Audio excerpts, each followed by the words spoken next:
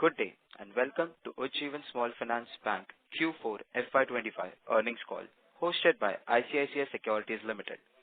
As a reminder, all participant lines will be in the listen-only mode, and there will be an opportunity for you to ask questions after the presentation concludes.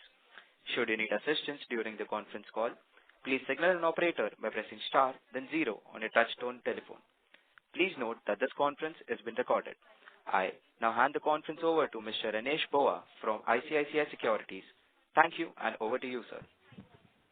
Hi. Thank you. Good evening, everyone, and welcome to Ujjivan Small Finance Bank Q4 FY25 earnings call.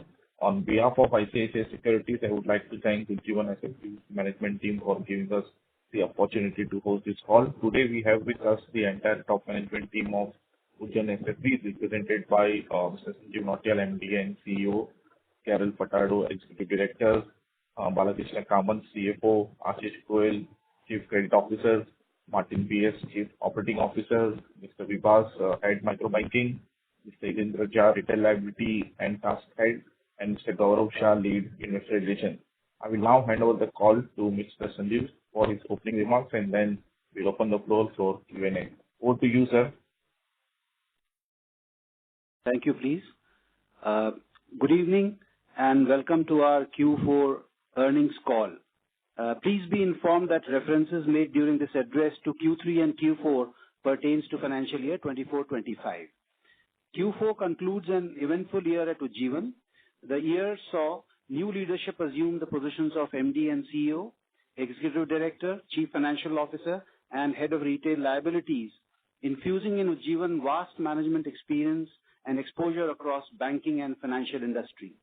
Bank successfully navigated the challenging business environment in the microbanking segment, maintaining one of the best in the industry portfolio quality. Strategic initiative to diversify and build higher share of secured loan book saw significant progress, now contributing 44% of the loan portfolio, up from 30% last year. While the banking system liquidity continued to see challenges, this was managed at optimal levels, with credit to deposit ratio improving to around 85% and LCR managed comfortably around 120%. Further, in February 25, the bank took a major step forward by filing application with RBI to transition to a universal bank. Disbursements for Q4 have been the highest ever in history of Ujjivan at rupees 7,444 crore, up 39% Q-on-Q and 11% YOY. The gross loan book reached 32,122 crore, up 5% Q-on-Q and 8% YOY. The secured book crossed 13,988 crore, up 17% QOQ and 56% YOY. Following are the major highlights.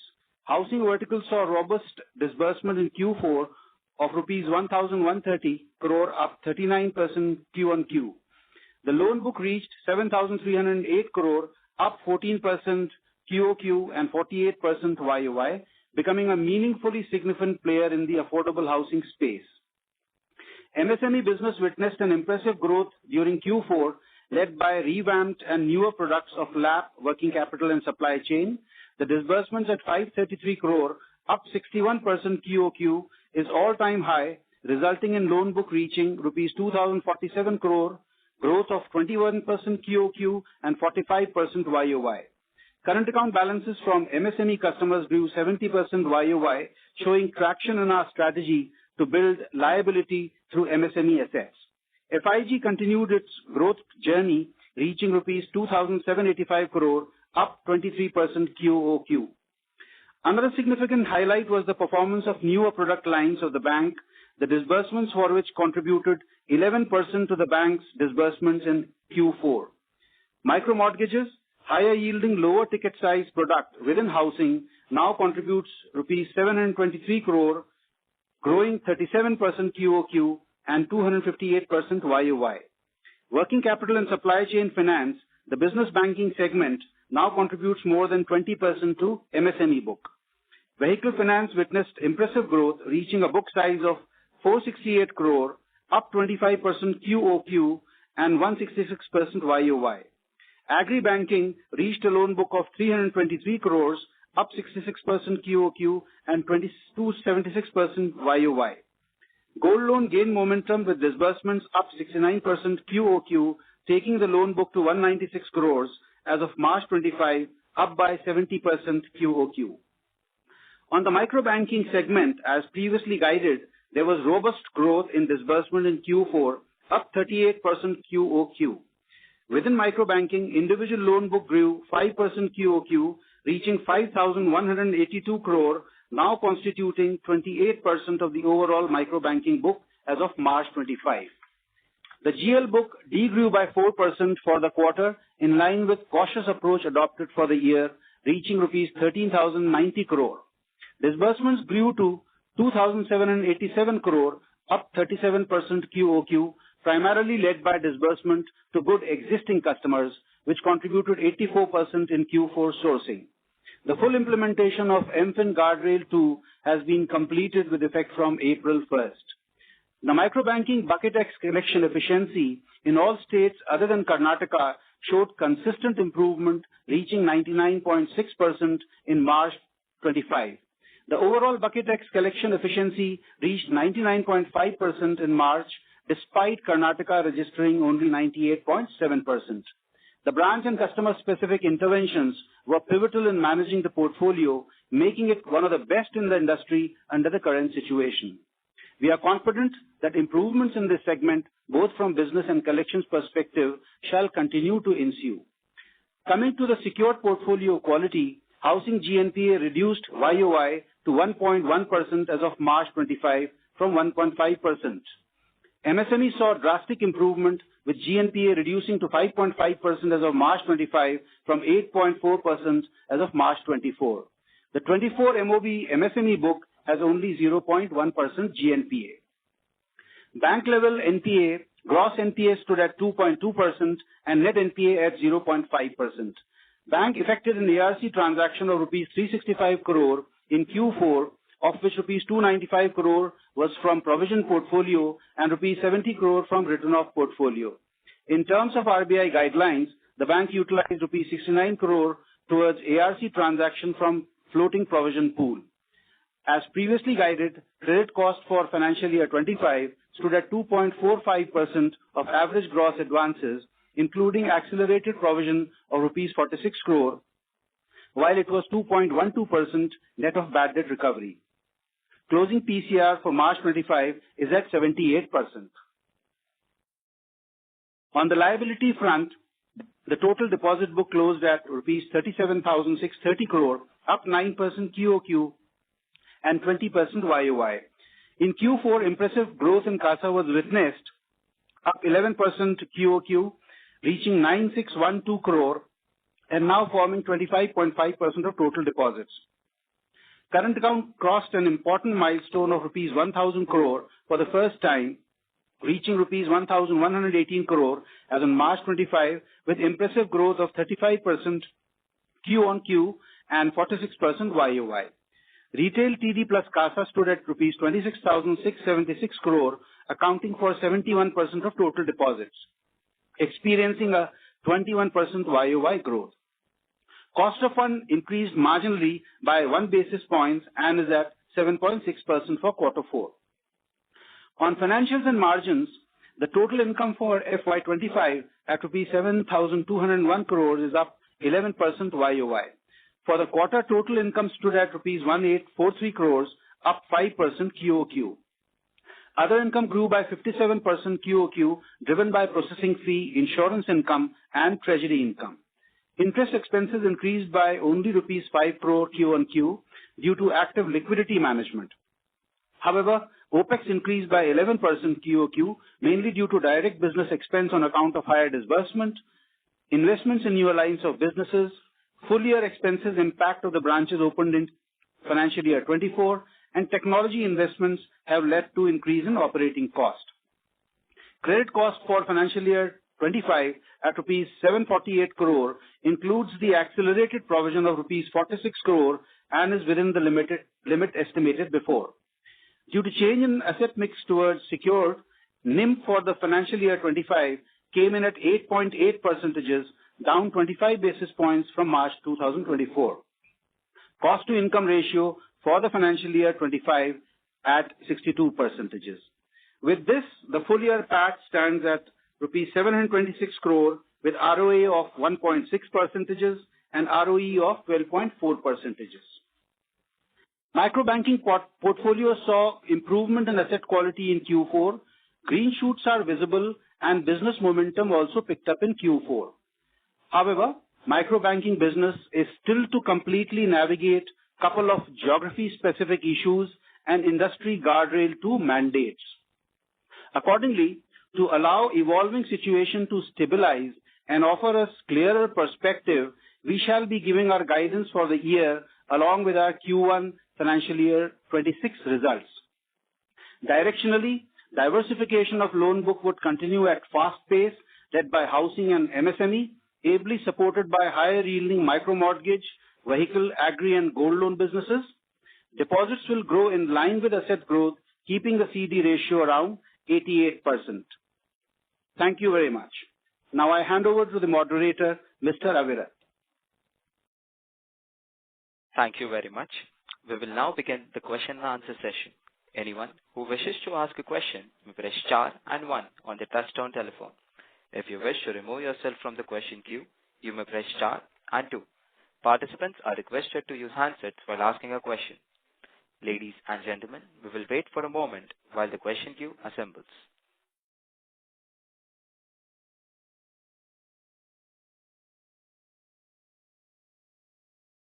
The first question is from the line of Nidhesh Jain from Investec. Please go ahead. Thanks for the opportunity. Is there an interest income reversal this quarter, and can you quantify that? Yeah. Hi. Interest reversal for the quarter because of the slippages would be in the range of roughly 17 to 18 crore for the quarter. And so how should we look at yields or yields next year, given that there will still be a migration from unsecured to secured in FY26?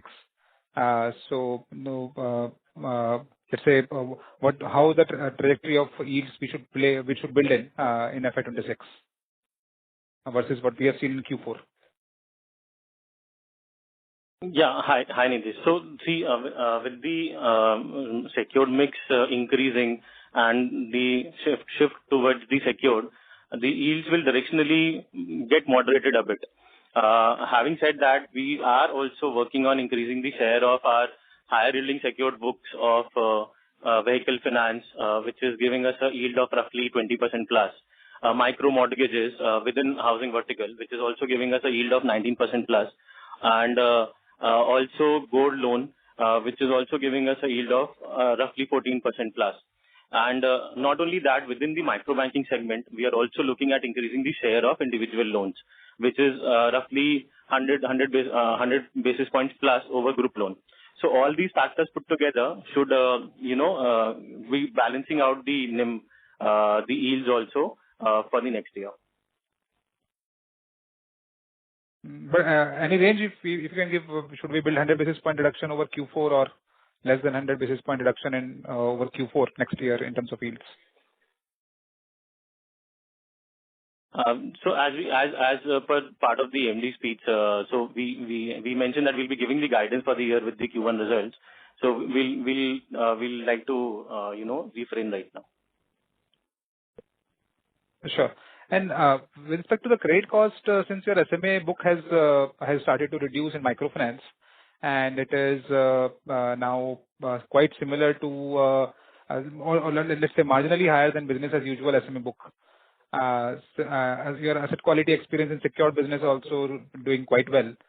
So, do you see that FY26 we should see a business as usual credit cost, or do you still see that Q1, Q2 will be elevated credit cost? Because SMA book in microfinance has come down quite sharply, or is quite under control now.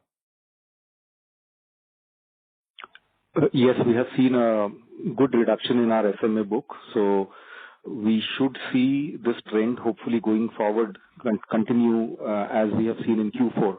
In fact, the PAR seems to have peaked in December. However, there are one or two areas which we are watching now. One is the impact of Guardrail 2.0 and a couple of geography, related things which are currently evolving. So yes, there will be a difference between H1 and H2 credit cost, H1 being slightly higher than H2. However, we can come up with a firmer number by the end of Q1. Okay, so that's it from my side. Thank you. Thank you. Thank you, Nitesh. The next question is from the line of Rajiv Mehta from Yes Securities. Please go ahead. Yeah, hi. Thank you for taking my questions. Firstly, when I look at the reported yield for group loans and individual loan combined, that is actually slightly increased on Q-on-Q basis. I know there has been a change in methodology in terms of calculation, but there is an increase.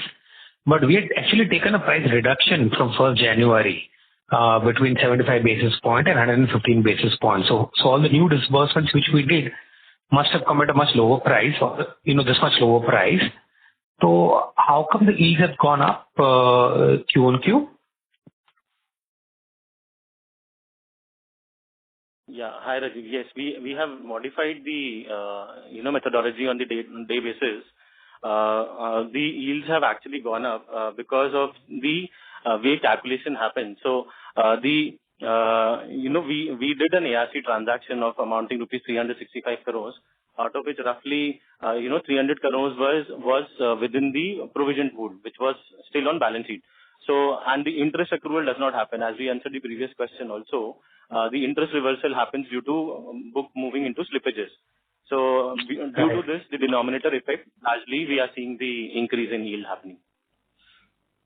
Okay. And on the price reduction, there is no calibration, right? We have gone ahead and implemented that much as we had planned.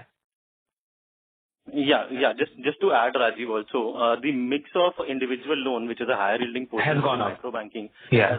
has also gone up by 3 percentage points. So that is also helping the overall yield of the micro banking the segment.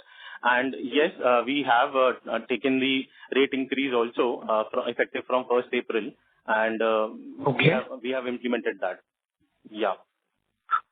No. I mean, so from 1st January, we had taken a rate reduction of that quantum. And are you saying that from 1st of April, have we also kind of again reinstated a part of that reduction?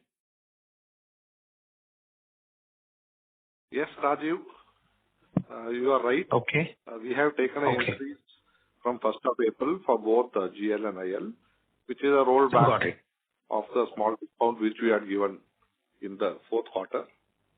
So, because now it's a good business now and everything is going well, so we thought we should come back to our old pricing.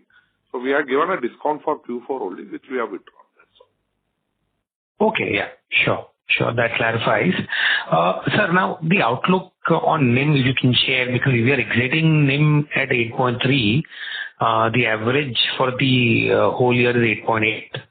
And, we are fast moving our mix towards secured products.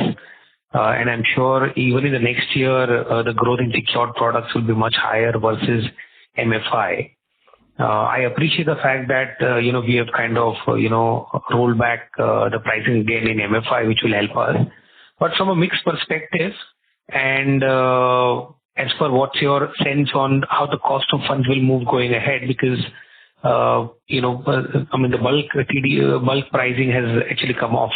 And have you taken any rate actions on the term deposits or SA rate, soft rate? If you can just kind of answer all of these points and maybe give us some conclusion about some outlook about how the NIMs will, play out. Yes, Rajiv, we'll give you a broad sense on both the NIM side as well as the cost of fund side. NIM, yes, since the secured loan will be moving up in percentage, there will be some reduction, but not very material, due to the fact that we have increased the rates again from 1st of April. That benefit will come. Plus, we have high-yielding products, as explained earlier, which is a vehicle loan. The individual loan also is doing well. So that will sustain that. And now coming to the cost of fund side, yes, we have taken a reduction both on the SA side as well as on the TD side. Bulk deposit rates also have come down. And, already 2 repo rate reductions have happened as per the RBI's, rate action. And we estimate that our cost of funds will definitely come down by at least 25 to 30 bips over next year. Considering these 2 reductions, if any more happen, then it will be subject to that. So the NIM side, yes, will be more or less there. There will be only a small reduction as compared to this year. Got that. And just one last thing, sir. From a slightly longer term point of view, in the next 2-3 years, where are we in terms of, the profitability of the secured businesses, housing finance, MSME finance business? I mean, we've been doing this business for a while now, and there is good growth as well. When do we achieve what level of ROA? I mean, is there some broader, outlook, on these secured products in terms of profitability roadmap? Yes, we are working on it. We have recently again relaunched the vehicle loan. Gold loan is a new product. So it will take around 18 to 24 months for it to come to a good profitability level. Yes, we should aim for 2% ROA for the new products also going forward. So we are working on that. Maybe over the next 2-3 years, once it reaches a certain level, which we are aspiring to, maybe gold loan around 1,000 crores, vehicle loan around 1,500 crore. At that time, we will start making good profits and will sustain going forward. So anything more you would like to know about that? No, maybe I'm sure once you come out with the guidance and maybe more questioning, I'll have more questions I'll have at that time. So this is it, sir. This helps right now. Thank you so much, and best of luck. Yeah. Thank you. The next question is from the line of Sagar Shah from Spark PWM. Please go ahead. Good evening, sir, and thank you for the opportunity. My first question was regarding to our OPEX. In this quarter, our employee, we had some sort of serious off-roll collection team increase also. But our employee expenditure also increased by almost 18% YOY, and also sequentially it increased by almost by 13%. So what led to the increase, or is it some sort of a one-off in these numbers, or is it just a temporary blip? Can you explain about this? This is my first question. Yeah, I'll take that question.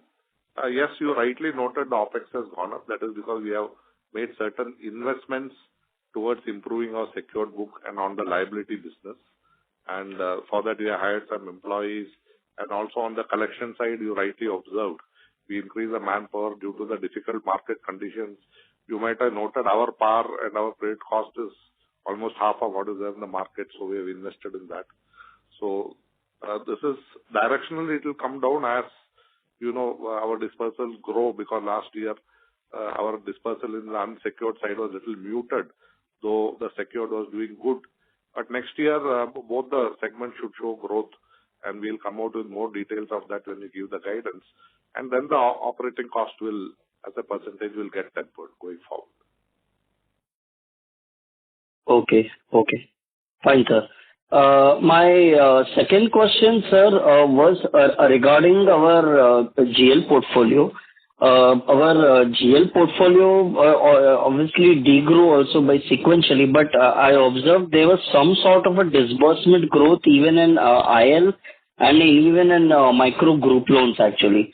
So first of all, can you give some color that in which geographies are you getting confidence actually?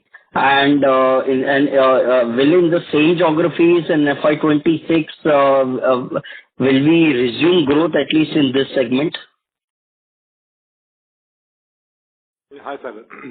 So in microfinance, in both GL and IL, first of all, IL is something which we, which is our growth driver in microfinance for a long time. This is something which we have built over a period of time, and this is some product which we are doing everywhere because you get good customers everywhere. So it is a graduation product and, which is well-refined process where we are doing, customer graduation. And even in difficult market, it works because you have good customers there as well. As far as GL is concerned, GL has degrown a little bit in this financial year. But at the same time, when we look at geographies, we see that there are green shoots in various states. Apart from one or two states, and within those states, few districts are affected. But apart from that, we are seeing that eastern part of the country, northern part of the country, and even western part of the country is doing well for us. And we see growth coming from these geographies in the coming this financial year also. Okay, so is it safe to assume, sir, or can you specify the geographies in which you are seeing green shoots? And in FY26, will we see a positive trajectory as far as group loans is concerned? So we are looking at eastern part, that means West Bengal, Bihar, Jharkhand, even Uttar Pradesh, okay. And in north part, Punjab issue is also over, Punjab, Haryana, Rajasthan, Gujarat, and Maharashtra. These are the states where our presence is good and our portfolio is doing well. As far as south is concerned, you know that Karnataka, it will take some time to completely recover, and then we'll see some good volume here also. But at the same time, in south, IL is something where we are looking at growth here as well. Okay, fine, sir. So my last question was regarding to our floating provisions. We utilized around 40 crores of worth of floating provision this quarter. We even did some 30 crores of accelerated provisions. Now my question was that we still hold around 130 crores of contingency provisions also. Collectively 181, but around 130 we have easily had. So when we had such a huge credit cost in this quarter, so why didn't we use somewhat of more provisions actually in this quarter to at least to contain our credit costs actually? Okay, so in terms of floating provision, see, we have used 69 crores against the ARC sale, which we had done during this quarter. So the number is 69. We still hold about 150 crores of floating provision, which is earmarked towards GNPA, and about 30 crores, which is earmarked towards Tier 2 capital. So of the 150 crore, we are currently using 130 crore for GNPA and NNPA calculation, and 20 crore is unutilized. So as far as utilization of floating provision is concerned, we cannot directly utilize floating provision.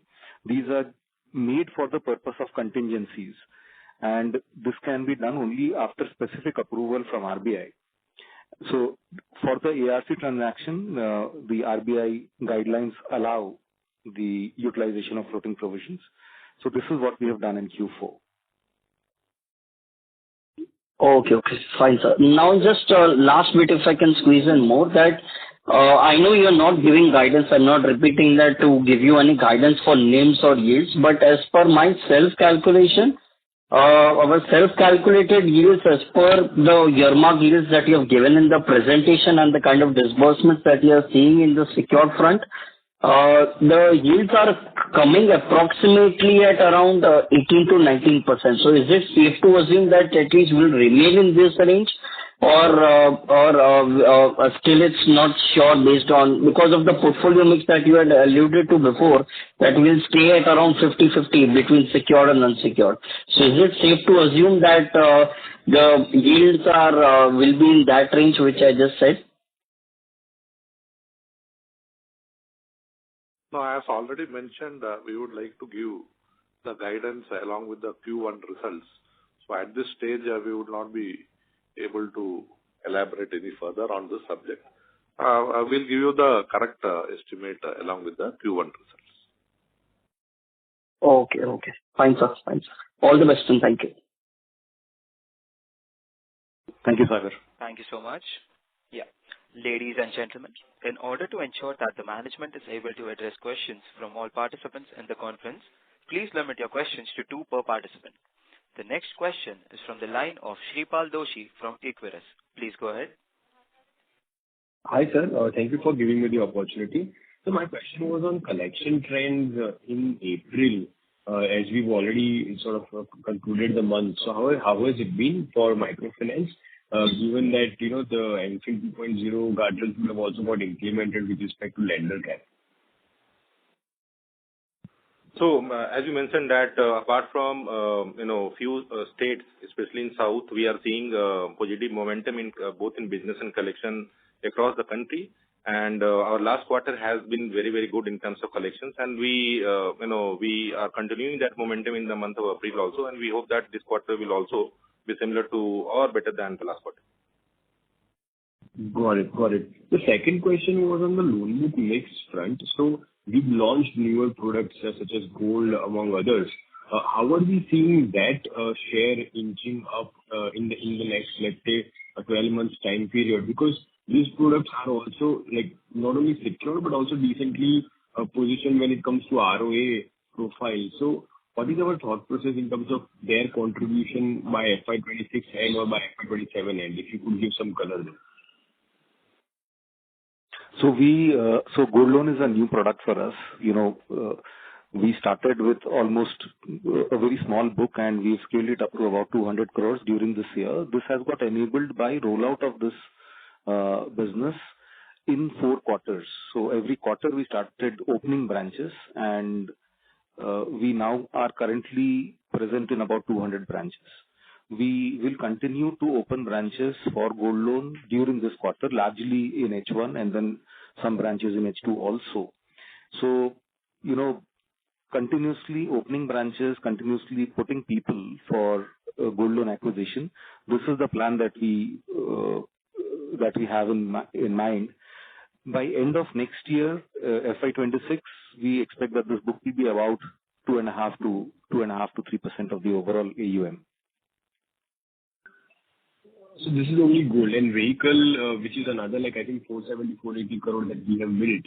So I'm saying that new products as a category, how would that be contributing in let's say FY26 and or 27? Because today, as we see that book is almost, I would say, 1,000 crore portfolio. So yeah. So these are very important new products that we have done in the last 18 months. Vehicle loan, for example, we now are touching 500 crore, but we've built a capacity to be able to disburse in the range of 70 to 80 crores during season times. So we've tested ourselves last season, and by season I mean September, October, November, and December, when the two-wheeler sales are actually August, September, October, November, when two-wheeler sales are at their peak during the year. We have tested ourselves. We've touched 75 crores in a month. So this year also we will go with the same momentum. This, of course, is a dealer-based business, not a branch-based one, unlike gold loans. So we have done, tie-ups across dealerships. This year also the distribution footprint will increase again. So the growth in vehicle loans, two-wheeler, will continue with the same pace this year also. Got it. And just one data keeping question. What is the write-off for this quarter and full year?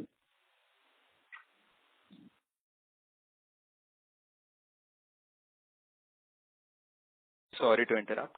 Just one second. We are checking the number. Yeah, that's my last question. Okay.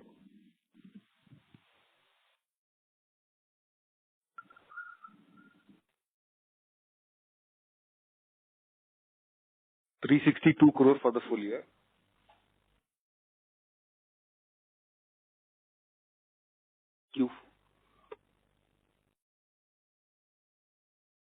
Yeah. So it was 362 for the full year. All right. Yeah. Thank you so much. Thank you and good luck for the next one. Thank you. The next question is from the line of Shailesh Kanani from Centrium Broking. Please go ahead. Good evening and thanks for the opportunity.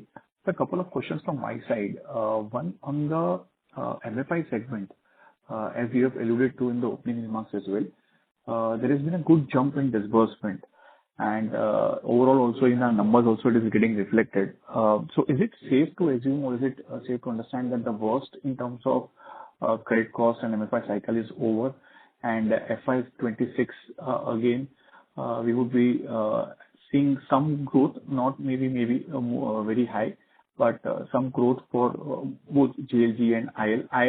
I know it's doing well, but even on the JLG front, can you throw some light on that?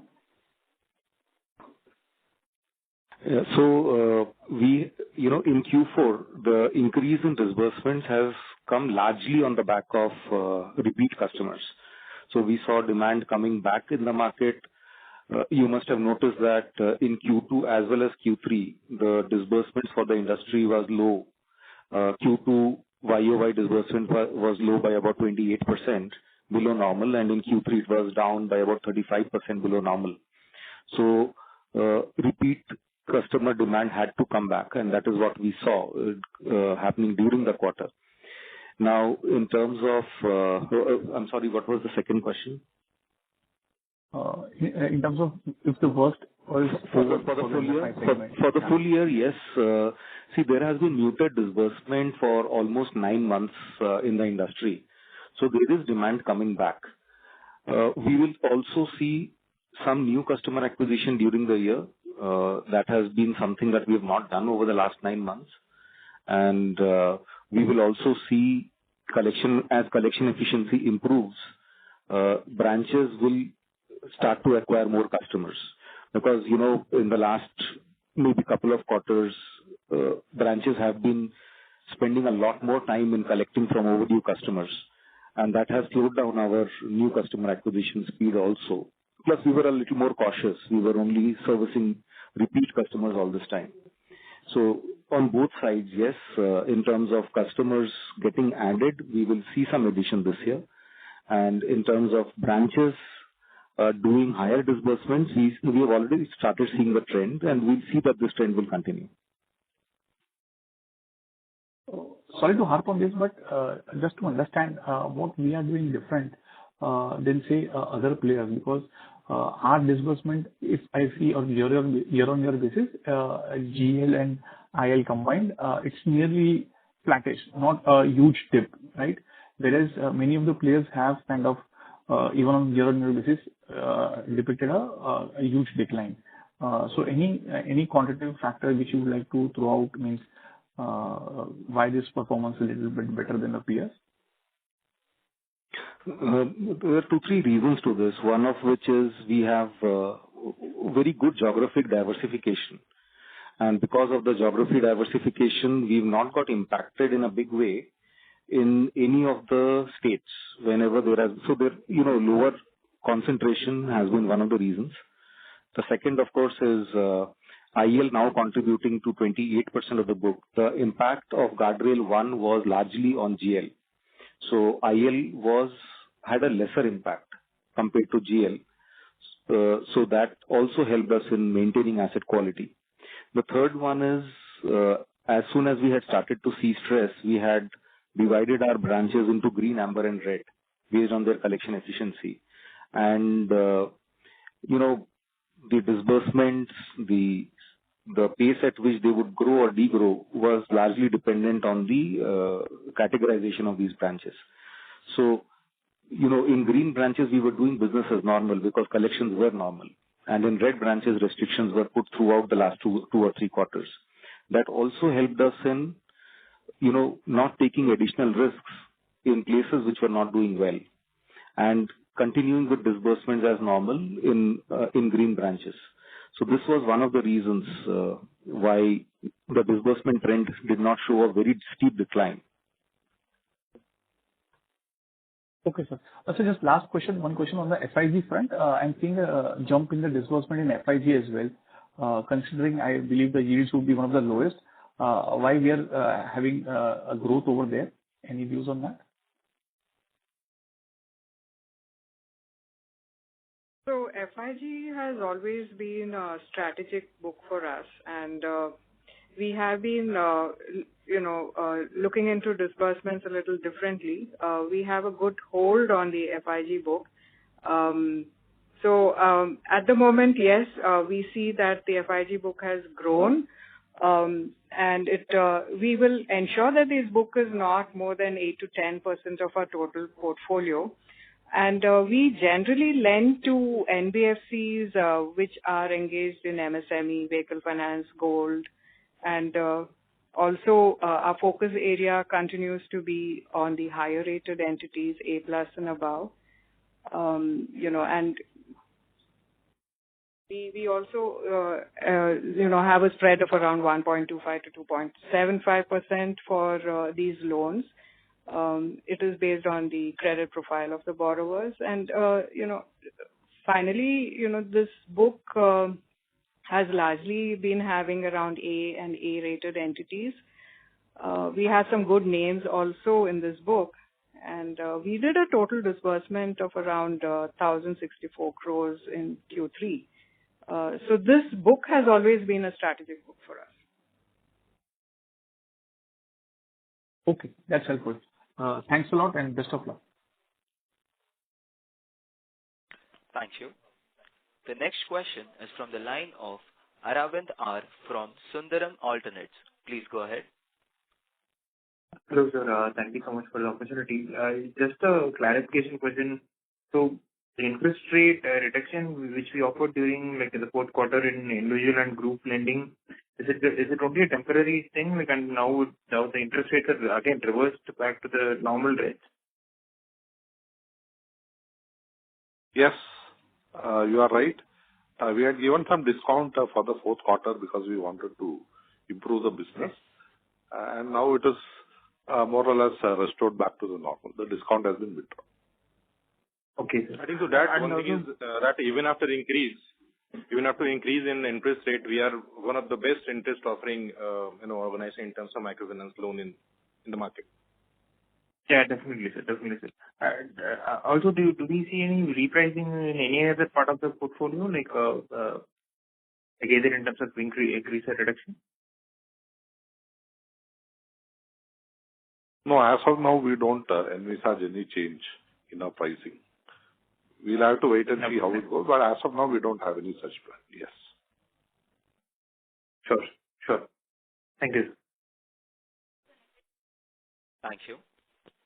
The next question is from the line of Ashlesh Sonje from Kotak Securities. Please go ahead. Hi team, good evening. First question is a data keeping one. Can you just break out the slippages by segment? I just need the MFI slippage number, if you can share that. 1 second, we'll pull it up. So in the meanwhile, if I can take the second one. The second one is on slide number 24 in the presentation, where you have shared the PAR trend for leveraged customers, Ujjivan plus 1, 2, and 3, and so on. Over there, if you see the Ujjivan plus 4 PAR number, that has climbed up to 30% as on February, whereas the Ujjivan plus 3 number is about 13%. Now that the 3-lender cap has been implemented, do you think the 13% number, which is for Ujjivan plus 3, that can climb up to a 30% kind of level? Ashlesh, in terms of breakup of slippages, we had about 87% of the slippages coming in from micro banking for the quarter. As you know, for the 87% of the bank slippages came in from micro banking. In terms of Ujjivan plus 3, Ujjivan plus 4, we've seen a decline happening in Ujjivan plus 3 in the last quarter. January we seem to have seen a higher number. It was climbing up. In Feb it came down, and in March it has come down further. So we feel that this trend should continue. Because of Guardrail 2 implementation, there might be a month or two where we can find some disturbance, but overall we don't see this number going up to 30%. It should be much lower than that. Understood. Thank you. And sir, just lastly, what is the total pool of written off loans where you expect to make some recoveries? So, see, this is divided into two parts, Ashlesh. One is the old ones which we had done immediately after COVID, and the second is the ones which we have done in the last 2 years. The sum of what we have done in the last 2 years is approximately 750 crores. Understood, sir. Thank you. Thank you. The next question is from the line of Sonal Minhas from Persicant Cap Investment Advisors LLP. Please go ahead. Hi, sir. This is Sonal Minhas. Am I audible? Yes, Sonal. Hi. So my first question is with regard to the provisions, basically. I'm on slide number 23. I just wanted to understand subjectively, the provisions are actually come down. The provision coverage is basically reserves have come down from 804 to 710. And there has been a credit cost, which is reasonable in this quarter. So wanted to understand that, are you happy, are you satisfied with whatever provisions we have as we speak right now? And this is directly going into what we should see the provisions for FY26, because the number is reduced meaningfully. So in FY Q1, Q2, FY26, do we expect more provisioning, disproportionate amount of provisioning? If you could just help directionally explain this. So, Sonal, we, maintain our PCR above 70%. The PCR has come down from 80% to about 78% between Q3 and Q4. In addition to this, we also have 21 crores of unutilized floating provision, which can add a further buffer if we utilize it. We've also done, accelerated provision in March, in addition to what we had done in December. This quarter, we have done about 42 crores. So, in terms of PCR, I think we are fairly covered. So even after considering the last 1 year has been kind of... Yeah, I understand, sir. My question was that our PCR is roughly, the absolute amount is roughly similar to where it was when this whole microfinance kind of stress started happening. And hence, we were at, in March 24, we were at 690 crores, and right now we are at 710 CR. So directionally, should we see this number go up significantly next year? Is broadly, I wanted to understand, given this has been a year of stress, and we are roughly at the same point where we were in March 24. So, in terms of absolute provisions, the provisions will follow the provisioning norms. As and when slippages happen, provisions will keep going up, as well as, and whenever interventions happen, the provisions will keep coming down. One of the interventions that we did in Q4 was the ARC transaction. But, for us as a mandate, we will continue to maintain PCR above 70%. Got it. Okay. So, my second question, which we wanted to ask, the maturity of your MSME book and your affordable housing book, while the GNPA and the PAR numbers have come down YOY, any color there, any subjective guidance there you can give, in terms of how that book is behaving, that will be helpful. Yeah.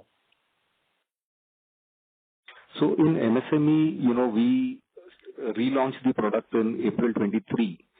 And post that, we have, built a book of almost 1,200 crores.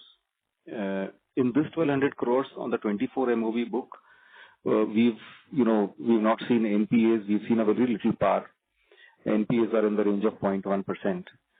So the book is holding well for us.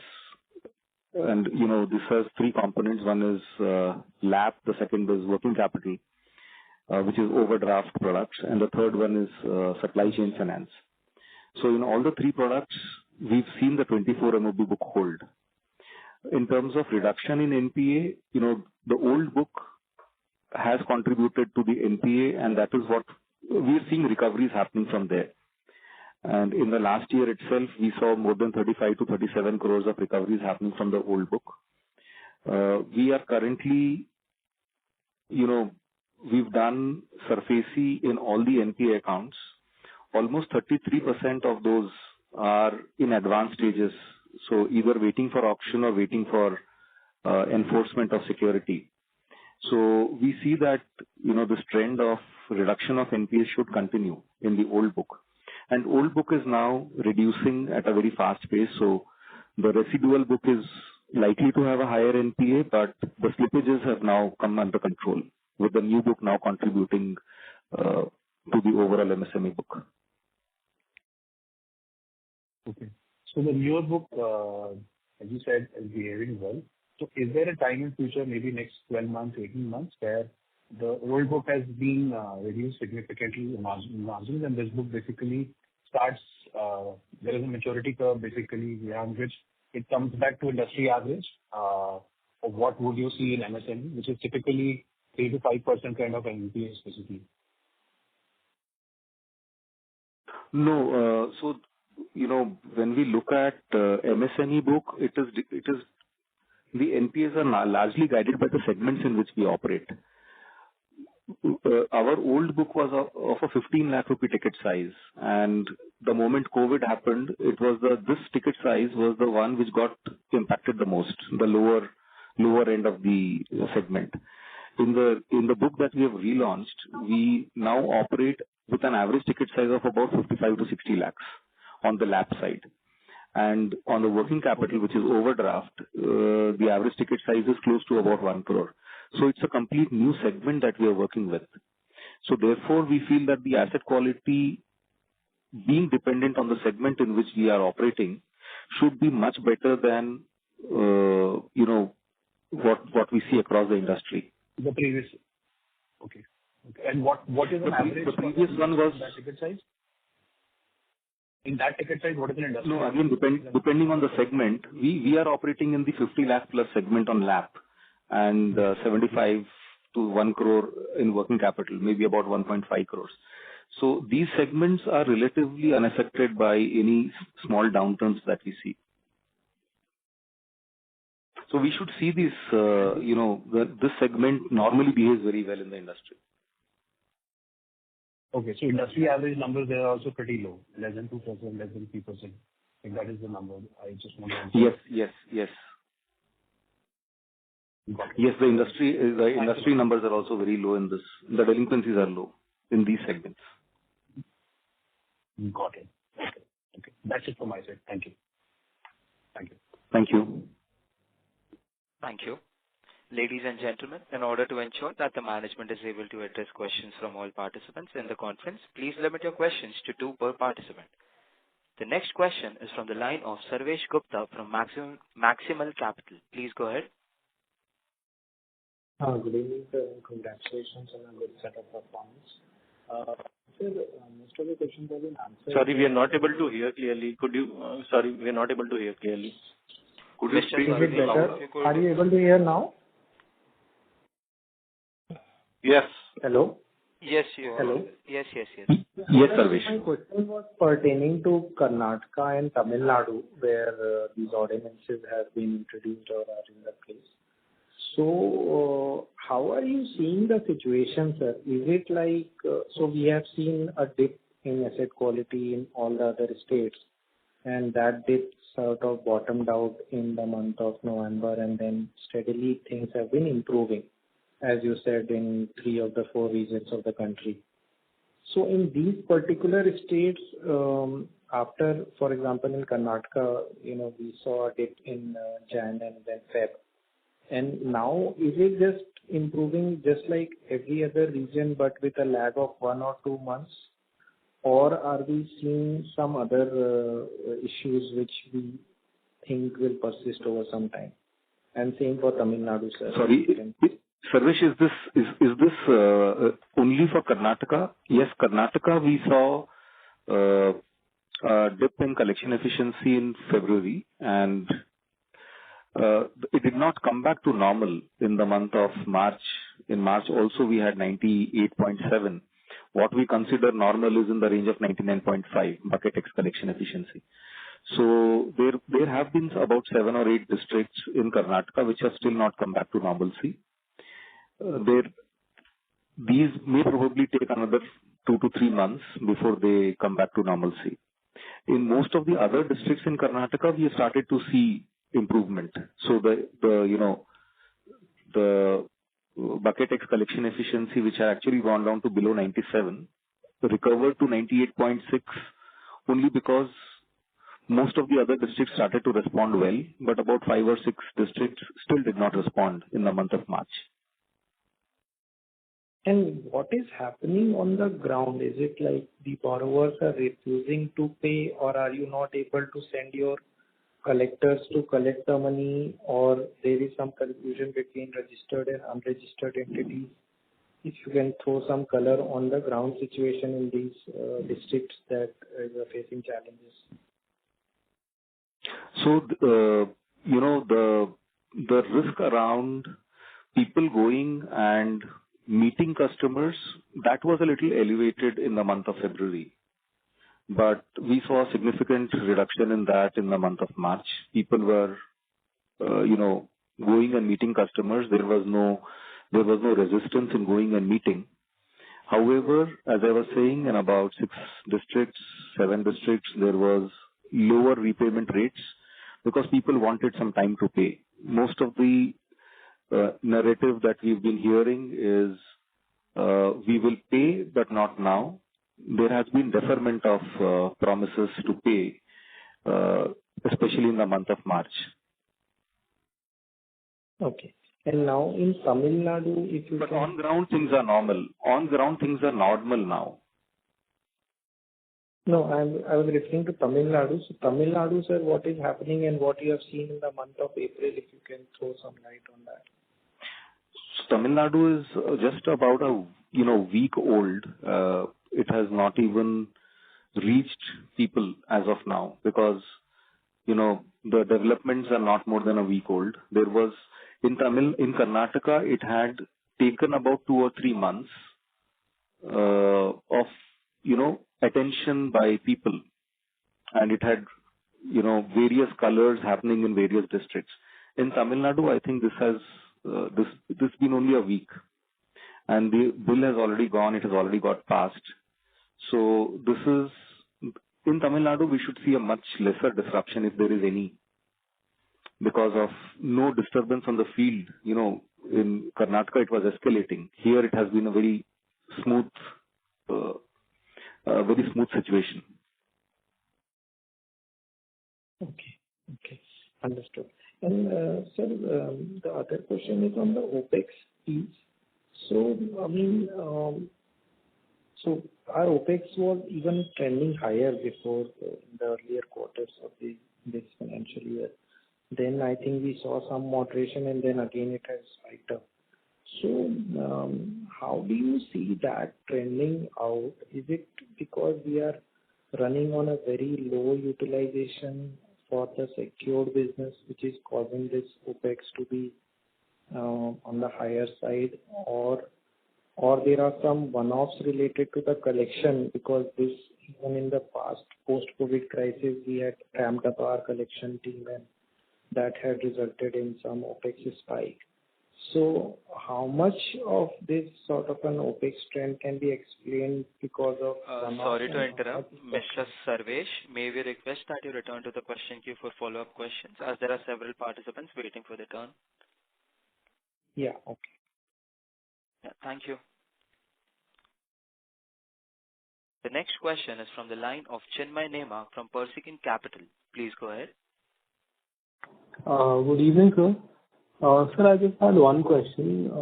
Could you share how much, out of the total provisions, how much are earmarked towards the microfinance book? Out of the floating provisions? Sir, out of the total provisions, just trying to understand the split of the provisions between our other retail assets and the microfinance book. We'll come back to you. We'll come back to you on that. Okay, sure.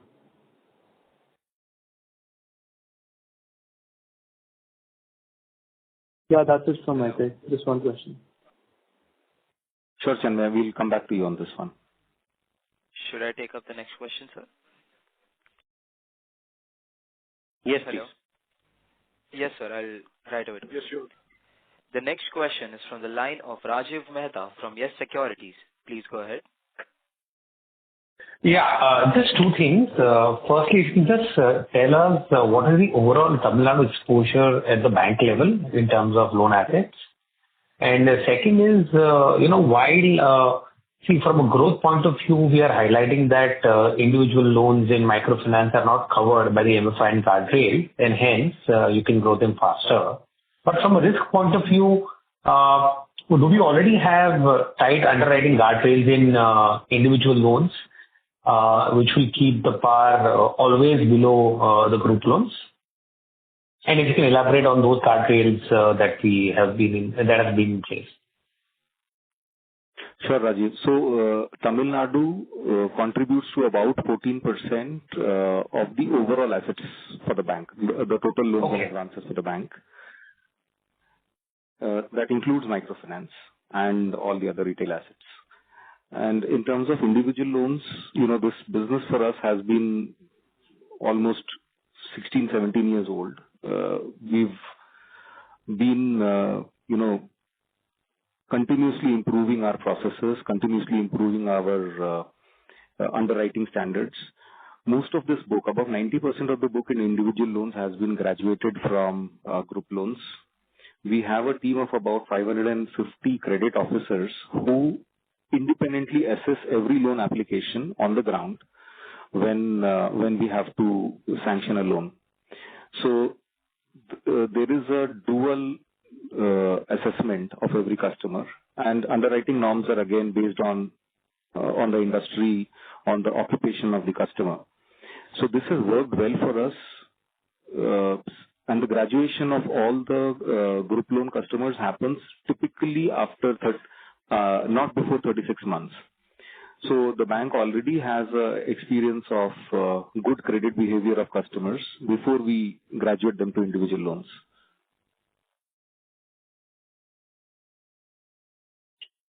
Yeah, Rajiv? Yeah. No, that's good. Yeah. That's it from my side.